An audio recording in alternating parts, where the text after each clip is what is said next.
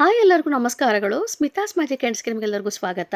ನೋಡಿ ಇವತ್ತಿನ ಒಂದು ವಿಡಿಯೋದಲ್ಲಿ ನಾನು ನಿಮಗೆ ಯುಗಾದಿ ಅಮಾವಾಸ್ಯೆ ಜೊತೆಯಲ್ಲಿ ಯುಗಾದಿ ಹಬ್ಬದ ಬಗ್ಗೆ ಮಾಹಿತಿ ಕೊಡ್ತಾ ಇದ್ದೇನೆ. ಯುಗಾದಿ ಹಬ್ಬ ಅಂದ ತಕ್ಷಣ ನಮಗೆ ನೆನಪಾಗುವಂಥದ್ದು ಮನೆಯನ್ನೆಲ್ಲ ಅಂದರೆ ಮನೆಯ ಬಾಗಿಲ ಮುಂದೆ ನಾವು ತುಂಬ ಒಂದು ವಿವಿಧ ರೀತಿಯಲ್ಲಿ ರಂಗೋಲಿನ ಹಾಕುವಂಥದ್ದು, ಬಾಗಿಲಿಗೆ ತೋರಣವನ್ನು ಕಟ್ಟುವಂಥದ್ದು, ಮಾವಿನ ತೋರಣ ಕಟ್ಟುವುದು ತುಂಬ ಶುಭ ಸಂಕೇತವಾಗಿರುತ್ತದೆ. ನಂತರದಲ್ಲಿ ಎಣ್ಣೆ ಸ್ನಾನ ಮಾಡಿಕೊಳ್ಳುವಂಥದ್ದು, ಆಮೇಲೆ ದೇವರ ಪೂಜೆ ಮಾಡುವಂಥದ್ದು. ಅವತ್ತು ವಿಶೇಷ ಪ್ರಸಾದ ಅಂದರೆ ಪ್ರತಿಯೊಬ್ಬರು ಕೂಡ ಹೋಳಿಗೆನೇ ಮಾಡೋದು.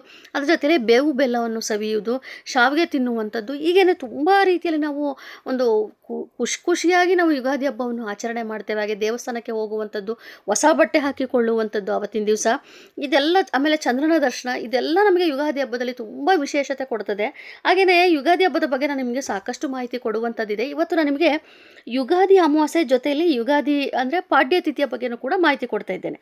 ಈಗ ನಮಗೆ ಯುಗಾದಿ ಅಮಾವಾಸ್ಯೆ ಪ್ರಾರಂಭವಾಗುವಂಥದ್ದೇ 18ನೇ ತಾರೀಕು ಮಾರ್ಚ್ ಬುಧವಾರ ಬೆಳಗ್ಗೆ 8 ಗಂಟೆ 26 ನಿಮಿಷಕ್ಕೆ ಪ್ರಾರಂಭವಾಗಿರುವಂಥದ್ದು.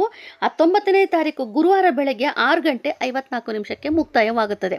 ನಾವು ಅಮಾವಾಸ್ಯೆಯನ್ನು ಆಚರಣೆ ಮಾಡುವಂಥದ್ದು 18ನೇ ತಾರೀಕು ಆಗಿರುತ್ತದೆ. ಹಾಗೆಯೇ ಈಗ ನಮಗೆ ನಾವು ಯುಗಾದಿ ಹಬ್ಬ ಆಚರಣೆ ಮಾಡುವಂಥದ್ದು ಪಾಡ್ಯ ತಿಥಿಯಲ್ಲಿ. ನಮಗೆ ಪಾಡ್ಯ ತಿಥಿ ಪ್ರಾರಂಭವಾಗುವಂಥದ್ದು ಗುರುವಾರ ಬೆಳಿಗ್ಗೆ 6 ಗಂಟೆ 54 ನಿಮಿಷಕ್ಕೆ ಪ್ರಾರಂಭವಾಗಿರುವಂಥದ್ದು. 20ನೇ ತಾರೀಕು ಶುಕ್ರವಾರ ಬೆಳಗಿನ ಜಾವ 4 ಗಂಟೆ 53 ನಿಮಿಷಕ್ಕೆ ಮುಕ್ತಾಯವಾಗುತ್ತದೆ. ಹಾಗಾಗಿ ನಾವು ಚೈತ್ರ ಮಾಸದ ಒಂದು ಶುಕ್ಲ ಪಕ್ಷ ಪಾಡ್ಯ ತಿಥಿಯ ನಮಗೆ ಆರಂಭವಾಗೋದ್ರಿಂದ ನಾವು 19ನೇ ತಾರೀಕು ಗುರುವಾರದ ದಿವಸವೇ ಯುಗಾದಿ ಹಬ್ಬವನ್ನು ಆಚರಣೆ ಮಾಡ್ತೇವೆ.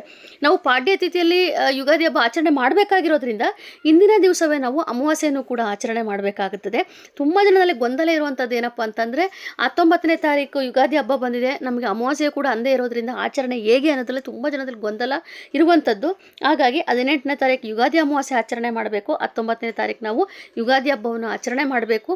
ಇನ್ನೂ ನಾನು ಯುಗಾದಿ ಹಬ್ಬಕ್ಕೆ ಸಂಬಂಧಪಟ್ಟಂತೆ ಸಾಕಷ್ಟು ಮಾಹಿತಿಗಳನ್ನು ಕೊಡುವಂಥದ್ದಿದೆ. ಪ್ರತಿಯೊಂದ್ರ ಬಗ್ಗೆನೂ ಕೂಡ ನಾನು ನಿಮಗೆ ಯುಗಾದಿ ಹಬ್ಬಕ್ಕೆ ಸಂಬಂಧಪಟ್ಟಂತೆ ಮಾಹಿತಿಗಳು ಕೊಡ್ತಾ ಹೋಗ್ತೇನೆ.